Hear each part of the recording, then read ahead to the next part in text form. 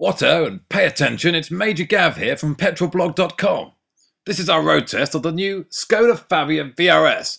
You know the one with a 1.4 TSI petroleum engine. Do you remember that television advertisement for the Fabia? The one where they made a very large cake out of it? Lots of golden syrup, jelly and icing sugar, all to the sound of Top Totty, Julie Andrews, singing in the background. Rather splendid, I'm sure you'll agree. Now, at PetrolBlog, there's nothing we like more than cars, cakes and a hot bit of crumpet. So we asked the question, would it be possible to combine a road test with eating some cakes? Quite ludicrous, but tasty, I'm sure you'll agree. Now, we have some rather lovely chums at the National Trust Devon and Cornwall, and they kindly invited us along to their rather splendid pad, Castle Drogo on Dartmoor, and said we could try some of their best cakes, an offer we really couldn't refuse. Unfortunately for me, I was out gallivanting around France with my friend Rupert at the time, so I had to send my young protege Tom out to do it for me. He's a bit green, but he's learning fast, so I gave him a pocket full of change, a full tank of petroleum, and one of these new Apple iPhone 4s and said, "Go and do the review, Tom." The cheeky beggar only went and parked right outside the main door, but never mind, off he went in search of some cakes. Before we get on to going up and trying the cakes out today, I thought I could just tell you a little bit about the castle before we do that. It was built by self-made millionaire Julius Drew. It was designed by Sir Edward Lutyens, and Julius Drew made a fortune. He was able to retire by the time he was 31, and that included sort of selling lots of different things, including tea. I've just got a bit more to tell you about the castle before we get on to shortbread. I know it's very yummy, but we do need to kind of just give you a bit more history about the castle. It was the last castle to be built in England, and we've also got the highest garden owned by the National Trust here as well. Inside there's lots of balcons. When it was finished it was actually had electricity, it also had heating as well, so it's very kind of ahead of its times. Yeah, the scones are great, and you know, we'll sort of wander up there in a moment and go and taste those. But you know, again, just about the castle a little bit more. We've got a sort of a bit of a leaky roof at the moment, so again, we're looking at how we can solve that problem. And as you can imagine, a very wet, windy day. You know, the water sort of seeps in through the windows. Yeah, the castle would have been a lot bigger. Sort of the wall sort of around the forecourt here. That was the full extent of it. Obviously a magnificent place, and I urge everyone to come here and enjoy some of your finest cakes. But also visit the castle, that would be fantastic. Of course. They can have a bit of cake too. So. Of course, but the cakes come first.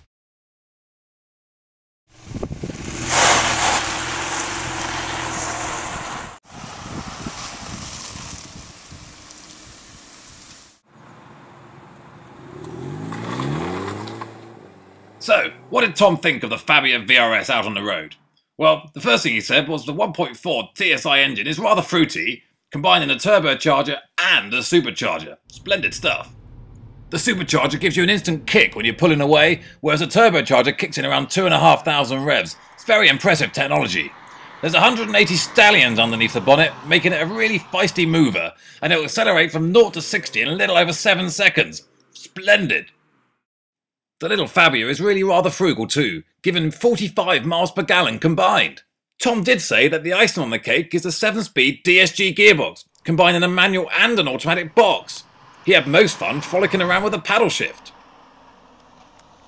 Dynamically, the little Fabia really is quite an impressive little filly, with a lowered ride height, firmer rear springs and stiffened dampers, giving a really rather composed feel when you're giving it some round the bends.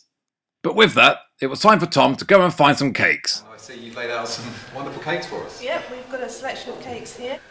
Okay, here we've got the shortbread, then we've got some flapjack here with some fruit in it, there's the almond slice, then we've got the lemon drizzle, we've got the spiced apple fruit cake there, treacle sponge pudding, the millionaire's shortbread, the good old fruit cake with some cherries in, and we've got the Victoria sponge, delicious looking chocolate cake there, and a plate full of cupcakes.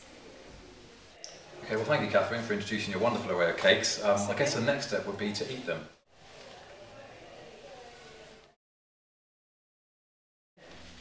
Okay, so as you can see, I've eaten a lot of cakes and started at the shortbread and worked my way all the way up to the cupcakes.